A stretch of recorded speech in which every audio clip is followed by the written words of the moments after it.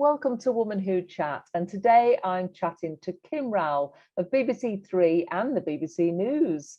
Hi Kim, how are you? I'm good, thank you. How are you? I've really been looking forward to this chat actually. I've seen it in my diary and I thought I'm really looking forward to this. Let's start with last week. You were speaking on the big stage at the Woman Who Achieves Awards. Tell us how that felt. Well, first and foremost, thank you for the opportunity. It was genuinely the first time that I've had literally the opportunity to stand in front of a room full of people. And I was chatting to you just before we started about, I'm glad I didn't know that there were nearly 200 people in that room, because I might have felt a little bit differently about the whole situation. But it's such a phenomenal event that you put on, Sandra, and to be in a room full of people that are supporting you and that want you to do well and are going to really listen and engage with what you're saying anyway is a real kind of barrier that's broken down from the outset. So it was nice to have that as a starting point. But yeah, I was scared. I was definitely scared for sure. And I read somewhere that fear or anxiety is just excitement without the breath. So I was trying to breathe. I was trying to remember to breathe. But it was all about resilience. And I think it was perfectly pitched for the ladies that were in the room. And I got some brilliant feedback. So I'm really happy with how it went. And again, yeah, thank you so much for giving me the opportunity to do it. Yeah, and we've chatted before about you speaking and you've been into the studio and you're a member of the academy. And I always do say, breathe, and Yeah. nobody actually knows what you're going to say. So Exactly. they're just sitting in awe and in anticipation. So I think most speakers, providing they've got a good content and good structure, I don't think they can go wrong. No, I agree. And also, I think another key thing is just to try not to speak too quickly. And I'm always really guilty of that. And someone once said to me, if you think you're speaking slowly, you're not. You can go slower. And obviously to use silence as well. Again, in my speech, I'd kind of punctuated it with quotes to give me the opportunity to actually stop, but hopefully then to have the words resonate a bit more with the audience. And I think that actually really worked and was really effective both for me and for the people listening. So yeah, that was a good kind of learning experience for me. Yeah, and your job in the BBC, you must, when you're compiling documentaries and things and putting them together, you must see you're on the other end then, aren't you? Really, you're producing it. So how does that differ for you? Yeah, it's kind of a whole different ball game, to be honest, because my day job, I kind of commission and executively produce documentaries for young people, and the content is often quite serious. It's normally about rape or murder or crime or politics and all of this kind of thing, and holding power to account. So yeah, I take the job seriously, and obviously you do feel that you're representing the country, and we call it an opportunity audience. We're always going after an underserved part of the different areas around the country.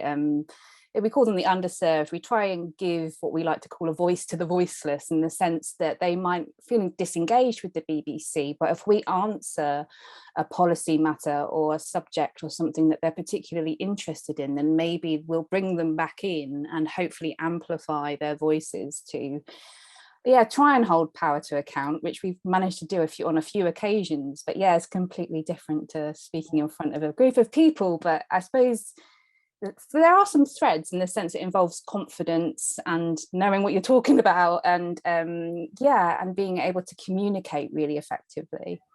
And I think it's really important to listen to your audience as well, because I have to, when I'm thinking of speakers for my events, think about, what do my audience want to hear? What do I want them to take away from this experience?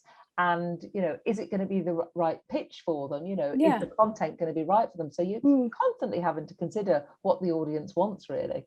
Yeah, absolutely. And I think you get it spot on. Obviously, I was at the awards last week, but also the year before, and on both occasions I think Abby spoke the year before, and Andrea, I think, as well. And I think you kind of had the same balance this time round. And I think it works really well in the sense that you're trying to educate people and inform them. And then the second speaker normally has a really powerful, personal, really like sad story that, you know, or they've overcome the odds in some way, shape or form. And both situations are incredibly empowering, but it, like you've done it so well, like the whole kind of the well-rounded like nature of it is fantastic. Yeah, the downside is I always make people cry. So literally, you have to bring the tissues. Somebody said to me this year, you know, you really must put tissues on every table. I must remember to do that. Like get some branded tissues sorted out. So that's the day job. I mean, who motivates you? What inspires you? Oh wow, lots of things. I think I suppose my own story has kind of led me to do some of the things that I do in my own time, in the sense I grew up in like a single parent family in Devon, and we didn't have very much money when I was a kid. I had to take a hardship loan to finish uni and things like that. And there aren't honestly a lot of people that like me from lower socioeconomic backgrounds in the media industry. So I get a lot of enthusiasm from kind of amplifying those voices. And outside of work, I obviously belong to the Women Who Network, but also I'm a big advocate of Women of the Future Network. Sorry.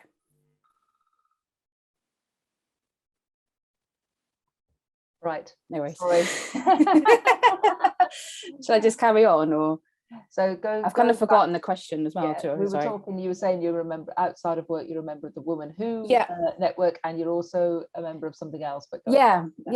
So I'm also a member of the Women of the Future Network, and during my career I've actually been made redundant 3 times, and the third occasion was after I'd won a Woman of the Future award for like my work within the mental health remit. And then I asked them if I could create a podcast, because obviously I had an awful lot of spare time on my hands.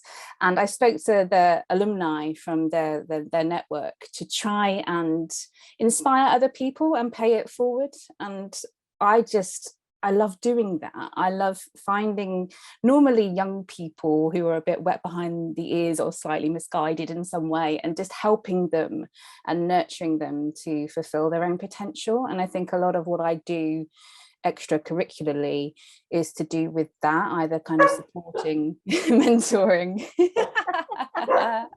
Baited today, absolutely baited. Yeah, it's all going on now. Yeah. Right, we'll carry on from that bit. Yeah. Okay.